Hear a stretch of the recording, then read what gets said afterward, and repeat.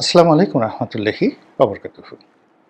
সম্মানিত দর্শক, আওয়ামী লীগের ডাকা হরতাল পুরো ১৪ মাসের গত ১৪ মাসের যে রাজনৈতিক হিসাব, সব হিসাবকে এলোমেলো করে দিয়েছে। পুরো রাজনীতিকে আলু পটলে নিয়ে গেছে, পেঁয়াজ গোল আলুতে নিয়ে গেছে। এবং এই রাজনীতিতে আওয়ামী লীগকে যতটা অসচ্ছল, যতটা দুর্বল এবং যতটা অসহায় মনে করা হচ্ছিল, কিন্তু বাস্তবিকে দেখা গেল যে এই লকডাউনকে কেন্দ্র করে আওয়ামী লীগের লোকজন যতটুকু রাজপথে তাদের শক্তিমত্তা প্রদর্শন করল, যেভাবে সারা বাংলায় তারা উত্তেজনা দেখালো, বিক্ষোভ প্রদর্শন করলো, এবং যেভাবে তাদের ভয়, দ্বিধা, সংকোচ সব তাড়িয়ে যেভাবে রাজপথে চলে এলো, যেভাবে সড়কে মহাসড়কে তারা তাদের শক্তিমত্তা প্রদর্শন করলো, এটা আসলে আমি নিজে ব্যক্তিগতভাবে গতকাল পর্যন্ত কল্পনাও করিনি। পদ্মা সেতুতে যে ঘটনা ঘটেছে, ভাঙ্গাতে, মাওয়াতে যে ঘটনা ঘটেছে, ফরিদপুর খুলনা মহাসড়কে যে ঘটনা ঘটেছে, মানে এটা আমি আসলে কল্পনা করতে পারিনি। এইভাবে লাঠি সোঁটা নিয়ে, ঢাল নিয়ে, তলোয়ার নিয়ে, সরকি নিয়ে গ্রামের সাধারণ মেহনতি মানুষ রাজপথ অবরোধ করবে, এবং সেখানে পুলিশকে আসলে এত, তাদের যে সংখ্যা, যারা বিক্ষোভ করে তাদের সংখ্যা এত বেশি যে পুলিশ এখানে আসলে সফট হতে হয়েছে, কৌশল অবলম্বন করতে হয়েছে। সরাসরি এখানে পুলিশ অ্যাকশনে যেতে পারেনি অন্যবারের মতো, গোপালগঞ্জের মতো। তো এটা কেন হলো, কিভাবে হলো, এটা নিয়ে আসলে যারা সরকারের কর্তা ব্যক্তি আছেন এবং বিএনপি জামাত যারা লোকজন আছেন, তাদেরকে এই বিষয়গুলো বুঝতে হবে। এবং এই দিবসটিকে কেন্দ্র করে আরও যে সকল অতিরিক্ত ঘটনা ঘটানো হয়েছে, বোঝার চেষ্টা করুন যে আপনি কাউকে যদি অপমানিত করেন, কারো মস্তিষ্কের মধ্যে যদি আপনি কোনো বিষ ক্রিয়া তৈরি করেন, ওটা কিয়ামত পর্যন্ত আপনার বিরুদ্ধে কাজ করতে থাকবে। আওয়ামী লীগকে দমন করার জন্য যে জিনিসগুলো করার দরকার ছিল, সেটি হলো আওয়ামী লীগের অপকর্মের যে ন্যারেটিভগুলো নিত্য নতুনভাবে, সুন্দরভাবে সামনে আনা উচিত ছিল। এখানে ব্যক্তিকে টার্গেট না করে, প্রতিষ্ঠানকে টার্গেট না করে, তারপরে যেই গদবাঁধা যে কথাগুলো, সেগুলো না বলে যদি স্পেসিফিক, একেবারে সুনির্দিষ্টভাবে আওয়ামী লীগ এই কাজ করেছে, এত টাকা নিয়েছে, এইভাবে এখানে এখানে আছে, এই জিনিসগুলো যদি বারবার প্রচার করা হতো, তাহলে এটার সুফল মানে সরকার এবং বিএনপি জামাত বেশি পেত। কিন্তু যেভাবে ৩২ নম্বর ভাঙা হয়েছে, যেভাবে গোপালগঞ্জে তাণ্ডব চালানো হয়েছে, যেভাবে আওয়ামী লীগের অফিসগুলো তছনছ করে দেওয়া হয়েছে, যেভাবে একটার পর একটা মামলা দায়ের করা হয়েছে, ঘাটে, পথে, মাঠে আওয়ামী লীগের যারা লোকজন রয়েছেন, নারী, পুরুষ, আবাল, বৃদ্ধ, বনিতা, বিশ্ববিদ্যালয়ের ছাত্রী, শিক্ষক, কোনো বিষয় নয়, যাকে টার্গেট করা হয়েছে তাকেই সর্বোচ্চ শক্তি দিয়ে, কৌশল দিয়ে তাকে অপমান করা হয়েছে, জুলুম করা হয়েছে, নির্যাতন করা হয়েছে। অর্থাৎ আপনি যদি পারেন, মানসিক নির্যাতন করা হয়েছে, শারীরিক নির্যাতন করা হয়েছে, এমনকি দুনিয়া থেকে বিদায় করে দেওয়া হয়েছে। বিশ্ববিদ্যালয়ে পরীক্ষা দিতে গেছে ছাত্রী কিংবা ছাত্র, তো এখন তাকে পরীক্ষা দিতে দেওয়া হলো না, তাকে ওখান থেকে ধরে আচ্ছা মতো পিটুনি দিয়ে তাকে জেলখানায় দেওয়া হলো। ওটা যে ওই বিশ্ববিদ্যালয়ের ছেলে মেয়েদের উপর কী ধরনের, শিক্ষকদের উপর নেতিবাচক প্রতিক্রিয়া তৈরি করেছে, তার কিছু প্রমাণ এই লকডাউনের আগে, পরে এবং লকডাউনের দিনে আমরা সেটা দেখতে পাচ্ছি। ২ নম্বর হলো যে আপনি যখন একটা মন্দ কাজ করবেন, আপনার মধ্যে একটা আতঙ্ক কাজ করবে। যেমন টিএসসিতে দেখা গেল যে এনসিপির সাহসী নেতা, একজন সাহসী নেতা, তার একটা ভিডিও ফুটেজ একেবারে ভাইরাল হয়ে পড়েছে, পিছনে একটা পটকা ফুটেছে, তিনি তার কাজকর্ম ফেলে রীতিমতো দৌড়ে সাংবাদিকদের গাড়িতে উঠেছেন, এরকম একটা ভিডিও ফুটেজ এসেছে। এটা কিন্তু হওয়ার কথা নয়। মানে বিপ্লবের যে স্পিরিট, তারা শেষ দিন পর্যন্ত ফিদেল ক্যাস্ট্রো, নেলসন ম্যান্ডেলা, অথবা যাকে বলা হয় ইয়াসির আরাফাত ওনাদের মতো সাহসী থাকবেন, কিংবা প্রেসিডেন্ট নাসের, গামাল আব্দেল নাসেরের মতো থাকবেন, কিংবা বঙ্গবন্ধুর মতো থাকবেন। তার সামনে মিলিটারি গেছে, গুলি চালাবে, সব মানুষ মানে তার পরিবারের সবাইকে মেরে ফেলছে সে তিনি জানেন। এই অবস্থাতে তিনি ধীরে সুস্থে সিগারেট ধরালেন এবং সিংহ পুরুষের মতো সিঁড়ির সামনে দাঁড়িয়ে গর্জে উঠলেন, তোমরা কারা? এত বড় সাহস! আমি এই দেশের প্রেসিডেন্ট, আমার কাছে এসেছো অস্ত্র হাতে, কে তোমাদেরকে পাঠিয়েছে? মানে কল্পনা করতে পারেন যে নেতা কাকে বলে? এটা তো রিটেন। আপনি আমি হলে কি করতাম? পালাতাম, কাঁদতাম, জ্ঞান হারাতাম। তো এই জিনিসগুলো মানুষ যখন করে তখন আসলে সে রিয়েল লিডার নয়, অথবা রিয়েল লিডার কিন্তু তার আশেপাশে এই ধরনের পরিস্থিতি তৈরি হয়েছে, ভয় পাওয়ার মতো যথেষ্ট কারণ আছে, তাকে তখন পালাতেই হবে। তো সেই দিক থেকে এই যে লকডাউনের ফলে যা কিছু হয়েছে সেটা হলো যারা ক্ষমতাধর যারা লোকজন রয়েছে তাদের সবার মধ্যে একটা আতঙ্ক ঢুকে গেছে। অনেকে পালিয়েছেন, অনেকে রাগ হয়ে গেছেন, অনেকে ঘর থেকে বের হয়ে, আওয়ামী লীগ বলেছে ঘরে থাকো, আর তারা ঘর থেকে বের হয়ে নিজেরা শাহবাগ দখল করেছে, বিশ্ববিদ্যালয় দখল করেছে, পাড়া মহল্লায় তারা সেই পাহারা বসিয়েছে।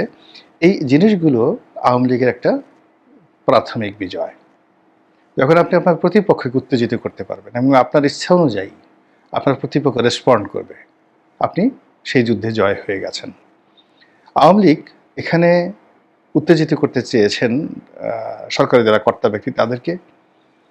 পুলিশে যে সমস্ত লোকজন আছেন যারা কট্টর জামাত এবং কট্টর যারা বিএনপি পন্থী পুলিশ কর্মকর্তা আছেন, আওয়ামী লীগ চেয়েছে তাদের মুখোশ উন্মোচন করার জন্য। এই লকডাউনের মাধ্যমে সারা বাংলাদেশে আপনি গিয়ে দেখুন, পেপার পত্রিকা, তারপরে মূলধারায় গণমাধ্যম এবং সামাজিক মাধ্যমে বেশ কয়েকজন পুলিশ কর্মকর্তার যে অডিও যাকে বলে রেকর্ড চলে আসছে। এদের ক্যারিয়ার শেষ, এদের পরিবারের ক্যারিয়ার শেষ, এবং আগামীতে তারা মানে তাদেরকে হজম করার মতো ক্ষমতা বিএনপির, জামাতের, সরকারের, রাষ্ট্রের, আওয়ামী লীগের কারোরই নেই। মুখোশ উন্মোচন করে দিয়েছে। এই যে তাদেরকে রাগ হয়ে যে ব্রাশ ফায়ার করো, তো এই যে মুখোশ উন্মোচন করে দেওয়া হয়েছে, এটা আওয়ামী লীগের সফলতা। আর এই একটা সফলতা এইভাবে এই সময়টিতে আসবে, এটা কিন্তু আসলে আওয়ামী লীগ কল্পনা করেনি। আমার কাছে এটা যখন ঘোষণা করা হলো, আমার কাছে এটা একটা ছেলে খেলা মনে হয়েছে, অপ্রয়োজনীয় মনে হয়েছে, অদ্ভুত মনে হয়েছে। আর দ্বিতীয়ত আমার কাছে মনে হয়েছে যে এরকম একটা লকডাউন, কি একটা কথাবার্তা লকডাউন, আমি এটা নিয়ে বেশ স্যাটায়ার করেছি টেলিভিশন টক শোতে। এটাতে সরকার রেসপন্ড করবে না, সরকার এটা পাত্তাই দেবে না। বিএনপি, জামাত, অন্যান্য যে সকল রাজনৈতিক দল আছে, এনসিপি, তারা কেউ এটাকে নিয়ে কোনো মাথা ব্যথাই দেখাবে না। ও মাই গড! অবস্থা দেখে মনে হলো যে এটা একেবারে প্রত্যেকটা মানে মানুষ, আওয়ামী বিরোধী মানুষ, এই লকডাউন শব্দটি তাদের মস্তিষ্কের মধ্যে ঢুকে গেছে নাক দিয়ে, পশ্চিমের গোড়া দিয়ে। এবং এটা কোথাও কোথাও বিষ তৈরি করেছে, কোথাও কোথাও অ্যালার্জি তৈরি করেছে, কোথাও কোথাও আফিমের নেশা তৈরি করে ফেলেছে। ফলে এই লকডাউনের দিনটিতে সারা বাংলাদেশ ছিল উত্তেজিত। এই দিন মানে দেখা গেল যে ডক্টর মোহাম্মদ ইউনূস জাতির উদ্দেশ্যে ভাষণ দেবেন, আর সরকারের পক্ষ থেকে বলা হলো, এই সত্য মিথ্যা জানি না, এখানে আসলে সামাজিক মাধ্যমে অনেক কথা ছড়ানো হয়, ফলে আমি কোনো নাম মেনশন করব না, শুধুমাত্র কাহিনিটা বলবো যে সরকারের গুরুত্বপূর্ণ কেউ হয়তো বলেছেন যে লকডাউনে যে মানুষকে ঘরে থাকতে বলেছে আওয়ামী লীগ, এই কারণে মানুষ ঘরে নেই। মানুষ যে ঘরবন্দি হয়ে আছে আজকের দিনে, তারা হলো ঘরে বসে বসে তারা ডক্টর মোহাম্মদ ইউনূসের বক্তৃতা শুনবেন, টেলিভিশন দিন জাতির উদ্দেশ্যে ভাষণ দেবেন, এই জন্য তারা ঘর থেকে বেরোচ্ছে না।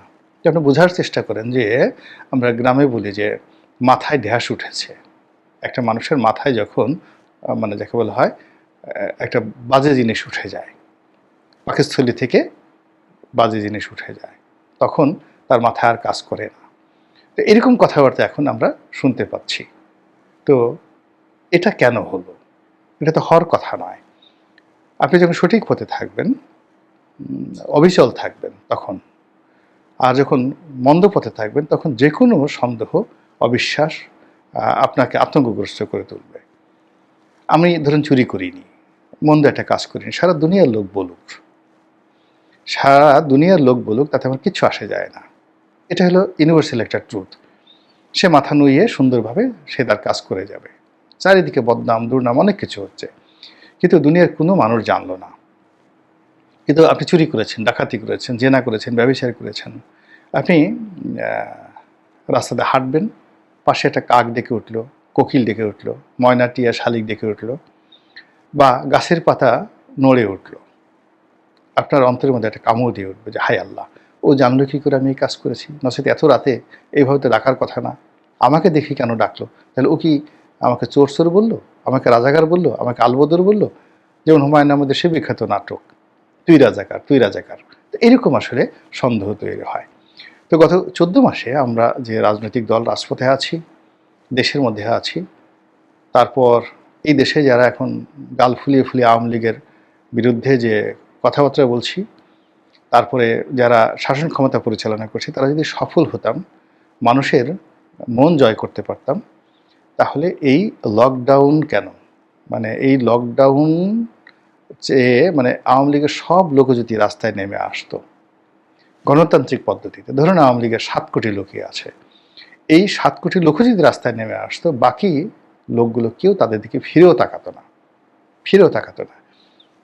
এবং গণতন্ত্রের বিজয় এভাবে, মানে সংখ্যাগরিষ্ঠ লোক এভাবেই বিজয়ী হয়।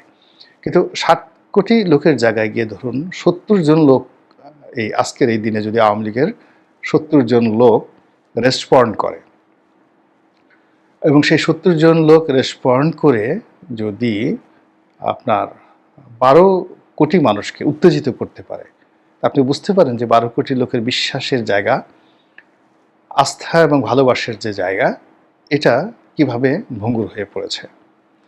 কাজেই এই যে লকডাউন যারা সফল করেছেন তাদেরকে ধন্যবাদ, এর নামে আর একটা ভিডিও করব।